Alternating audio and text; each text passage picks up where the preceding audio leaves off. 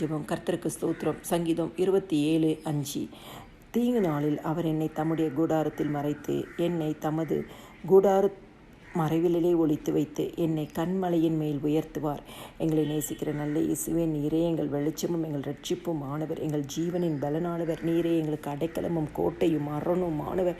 நீரே எங்கள் தஞ்சமானவர். அப்பா, இந்த நாளிலும் செய்த எல்லா நன்மைகளுக்காக மக்கள் நாங்கள் நன்றி செலுத்துகிறோம். அறிந்தும் அறியாமலும் செய்த எந்த ஒரு பாவமாந்தாலும் இன்னும் ஒரு விஷயம் ரத்தத்தினால் எங்களை கழுவி பரிசுத்தப்படுத்துங்க.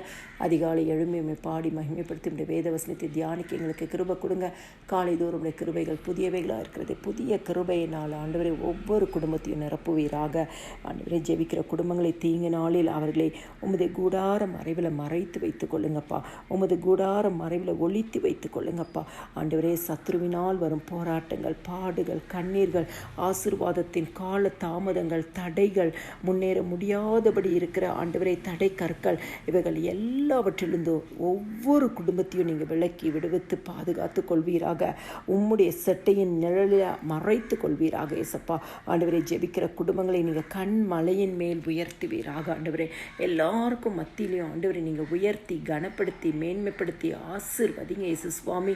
ஆண்டவரே, உம்முடைய வார்த்தையை கேட்டு உம்முடைய வார்த்தையை நம்புகிற ஒவ்வொரு குடும்பத்திலையும் பிள்ளைகளுக்கும் கர்த்தருடைய ஆசீர்வாதம் வந்து தங்கும்படியாக இயேசுவின் நாமத்தினால் நான் ஜெபிக்கிறேன்ப்பா.